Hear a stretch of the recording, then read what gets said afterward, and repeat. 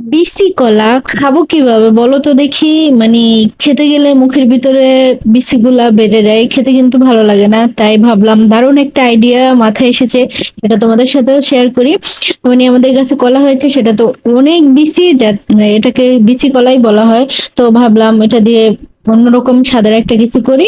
তো এই তো কলাগুলোকে সব সুন্দর করে হচ্ছে যে ছুলে নিলাম। তারপর হচ্ছে যেগুলোকে একদম ম্যাশ করে ফেলবো। তোমরা চাইলে চাটনি দিয়ে চেকে বিচিগুলো আলাদা করে ফেলতে পারো, বাট যখন পিঠাটা হবে তখন কিন্তু এমনিতেই আলাদা হয়ে যাবে।